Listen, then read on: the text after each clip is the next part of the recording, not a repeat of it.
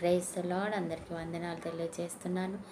ఈరోజు దేవుడు ఇచ్చినటువంటి వాగ్దానము సామెతల గ్రంథము 31వ అధ్యాయము 30వ వచనంలో రాయబడినట్టుగా, అందము మోసకరము, సౌందర్యం వ్యర్థం.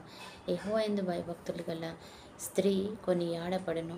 నిజమే, మనం బాగా అందంగా ఎంతో చక్కగా హుందాగా ఉంటే కొనియాడబడతాము అని అనుకుంటే అది వ్యర్థము, అబద్ధం. కానీ యెహోవాయందు నువ్వు భయభక్తులు కలిగి ఉండి సమాధానకరంగా ఉంటే మనం అనుకోకుండా ఆటోమేటిక్గానే అందరి చేత కొనియాడబడేవారిగా మనం ఉంటామన్నమాట.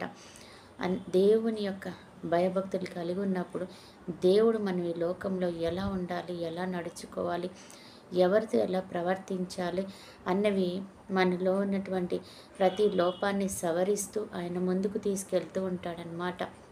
ఇంకని ఎక్కడ నువ్వున్నా అక్కడ గౌరవము, ఘనత నీకు వచ్చేలాగా ఆయనే చూసుకుంటాడు.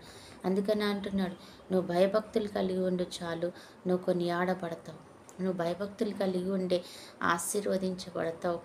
నువ్వు భయభక్తులు కలిగి ఉంటే అందరూ నిన్ను గౌరవప్రదంగా చూసేవాడిగా ఉంటావన్నమాట.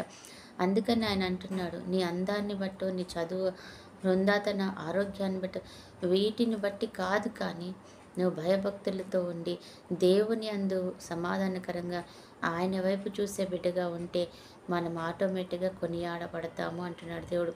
గౌరవం మనకు తెలియకుండానే ఆయన ద్వారా మనకి దక్కుతాయి. ఎప్పుడైతే ఆయనతో మనం అంటుపెట్టుకుని ఉంటామో మనల్ని అనేక మంది దేవుని బిడ్డగా గుర్తించి గౌరవించేవారుగా ఉంటారనమాట. మరి అటువంటి గొప్ప కృప మనకి రావాలంటే దేవుణ్ణి ఆశ్రయించి దేవుని చిత్త ప్రకారం, దేవుని మాట ప్రకారం మనం బ్రతికేవారుగా ఉండాలి. దేవుడు గొప్ప కృప మన మీద చూపిస్తాడు. ఆయనకే మహిమ కలుగును గాక. ఆమేన్. ప్రార్థన. పరిశుద్ధుడు అయిన దేవ, ప్రేమ కలిగిన తండ్రి యేసయ్య, నీకు వందనాలు చెల్లించుచున్నాం తండ్రి. ఈ సమయంలో ప్రభు మమ్మల్ని జ్ఞాపకం చేసుకొని తండ్రి, నీకు వందనాలు చెల్లిస్తున్నాం తండ్రి. దేవుని యందు భయభక్తులు కలిగి ఉండి నీ ద్వారా కొనియాడబడే కృప మా అందరికీ మీరు దయచేయమని మమ్మల్ని జ్ఞాపకం చేసుకొని దీవించి ఆశీర్వదించి కృప చూపించమని తండ్రి, నీ ఆత్మతో మమ్మల్ని నింపుకోమని తండ్రి.